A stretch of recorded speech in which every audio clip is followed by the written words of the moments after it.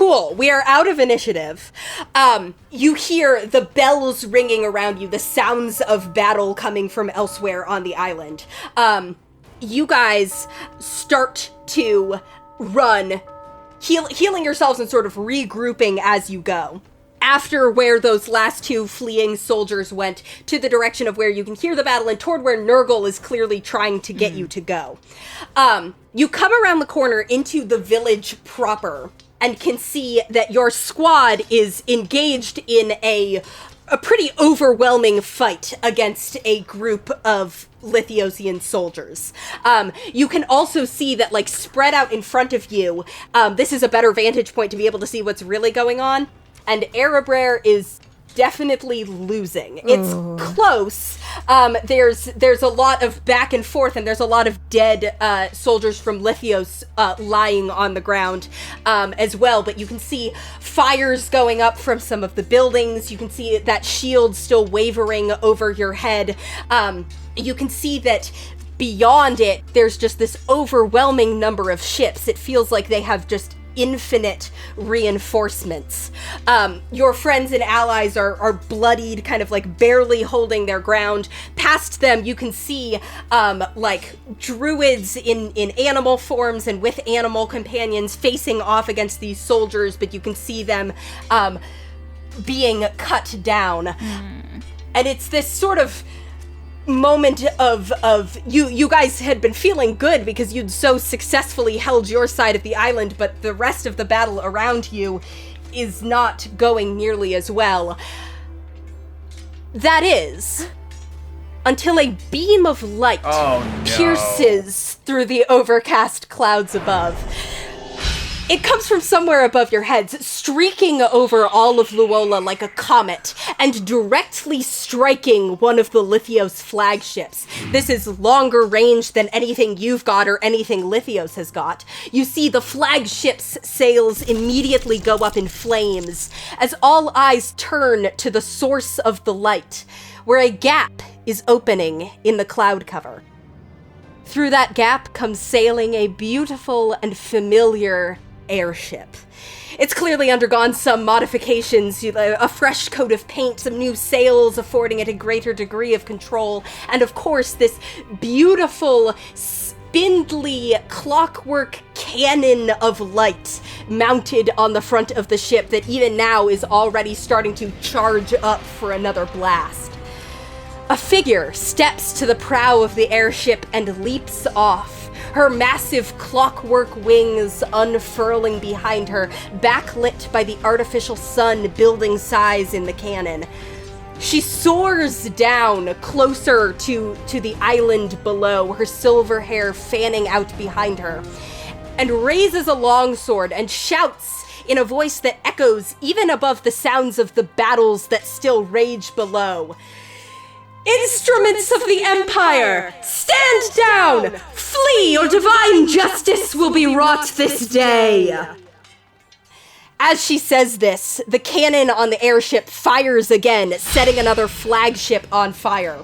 You can see your allies in the group closest to you are looking. You see, as you guys come around the corner, you make eye contact with Nell and Alden and Shiloh, who all have this look of the same look on their face that I'm seeing on your faces right now of, are you fucking kidding me?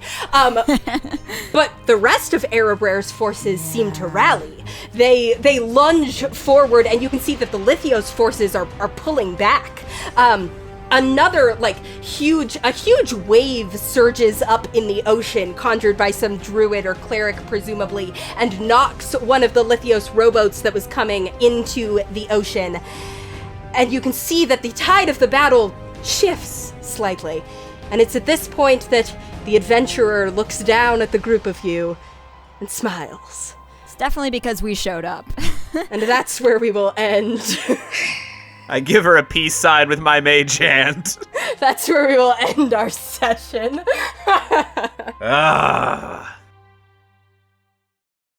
She sits up and turns toward you and goes, Hello. Hello. Hi. Welcome. Necromancy. Everyone.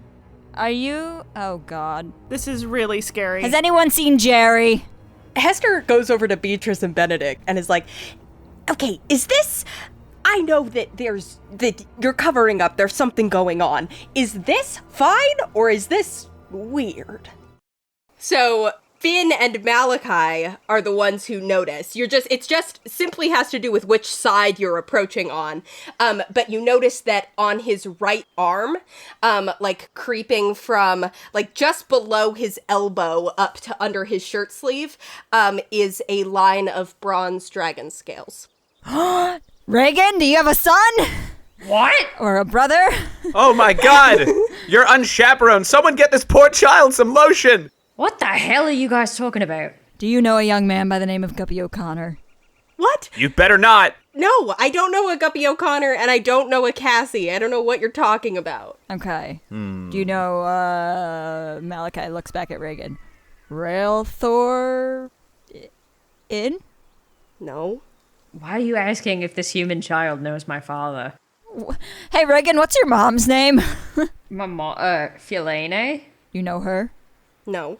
Why would I? Is he lying to me, Hannah? He's not about that. That's true. He has not said any lies within your earshot yet. Okay.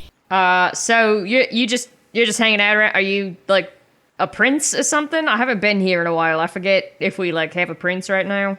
He, like, laughs at that. Guards continue to give chase. Everybody keeps running. At this point, nobody has kind of like caught up with anybody, but you see guards are sort of pouring out of the square as the high priestess is sort of like, you see she herself is backing toward the cathedral because she's still kind of like scared of Reagan, but she's kind of shouting like, fan out, find them, find the terrorists who attacked our ceremony. She's shouting this. The kind of crowd, some of it has dispersed, but some of the crowd is still hanging around. The guards start to spread out as Finn, you start to run toward Reagan, your hand kind of already outstretched to dimension door him. It is at this point that all of you hear a kind of... There's a quiet whistling sound and a strange feeling in the air. And then from right under the platform, there is a massive explosion. This fireball completely just wrecks the entire square. I need dexterity saving throws from all of you.